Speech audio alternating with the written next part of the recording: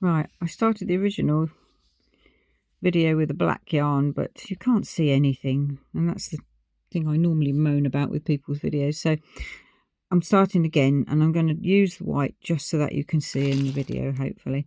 I'm doing the centre of the poppy, so this would be in black. So we start off with a magic ring. I'm trying to actually look at the screen and do it by looking at the screen, but actually I don't think I'm going to work. So I'll look to one side. Okay, so we start your usual.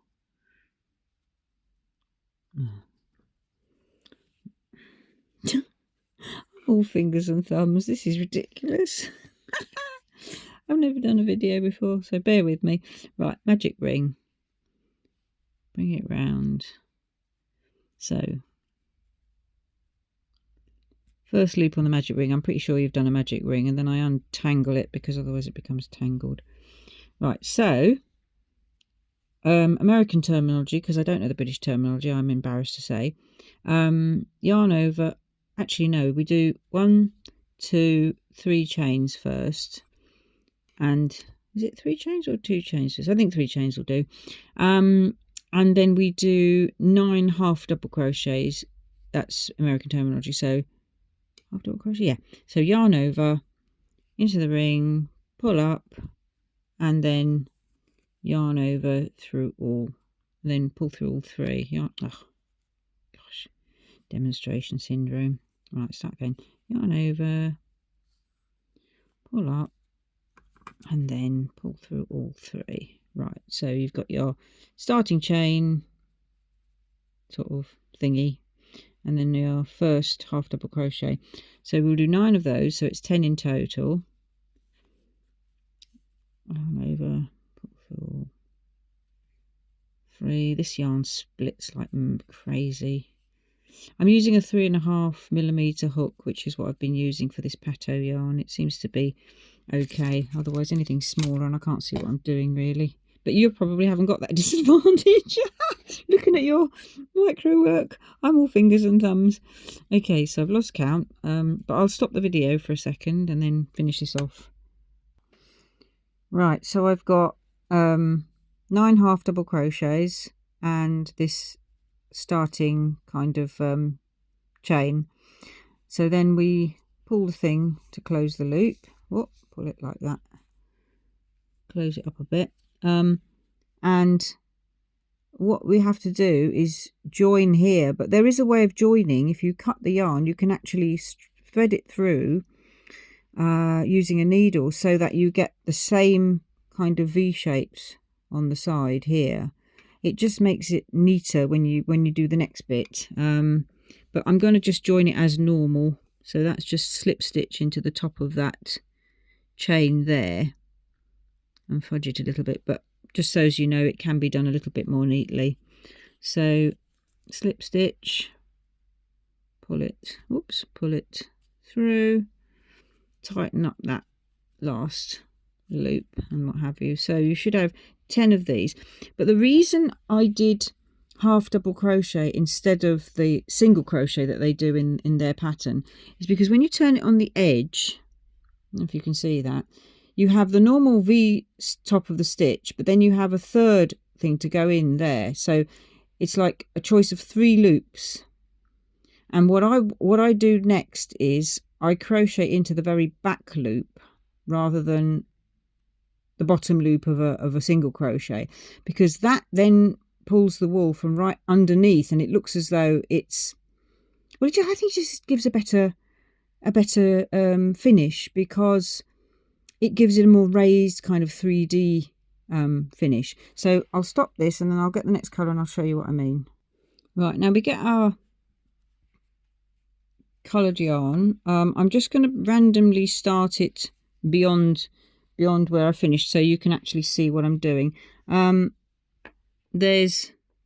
get it in focus. Is it coming into focus? Right.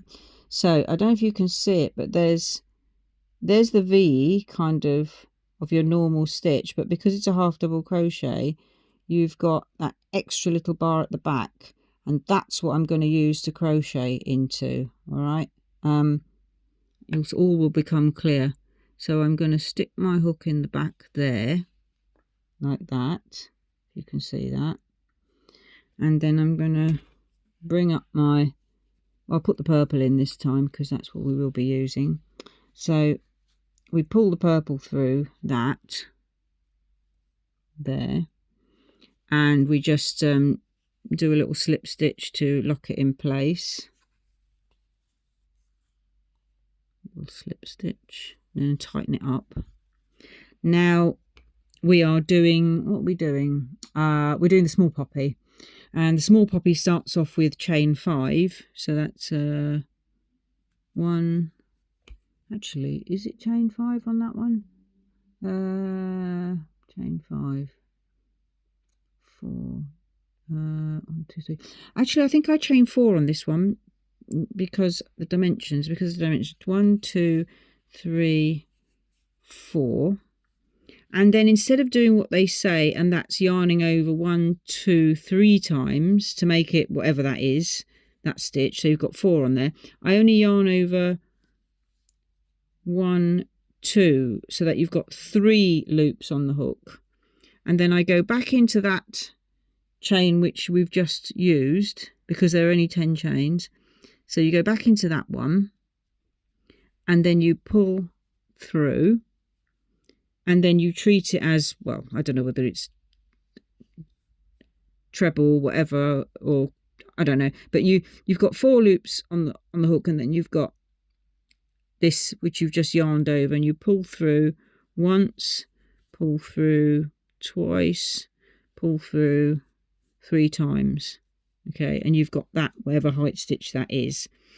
For the single crochet, for the single poppy, the small poppy, I don't bother doing any linked stitches because they are so small, it doesn't tend to gape. It's only when you're doing the extra bits. So that's just a normal starting chain of, what did I say, 4, and then you've got 3 pull throughs on there. So you wrap it round once, twice. So I'm on to the next stitch, so I wrap it around once, twice, so I've got 3 on there, and then I do a second one, so that's the third. You've got the starting chain, that stuck to a chain up, then you've got the first stitch, and then you've got the second one into that back loop on the half double crochet. So you pull through, and you pull through again, 1, and again 2, and again 3.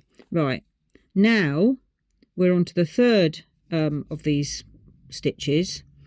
We go into the next loop along, so we yarn over once, twice, and then put it in that, if you can see it, that back chain of the 3. You put it in that back chain, pull it through, and then yarn over and pull through 3 times. I don't know what it's called, but as long as you yarn over and pull through 3 times, oh, it's getting stuck.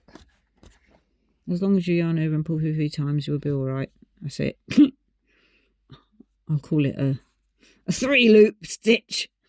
So we've got 1 into that loop now, and we do another 1 into that loop. So yarn over twice, put it in that loop again, pull through, and then yarn over, pull through 3 times. 1, 2, 3.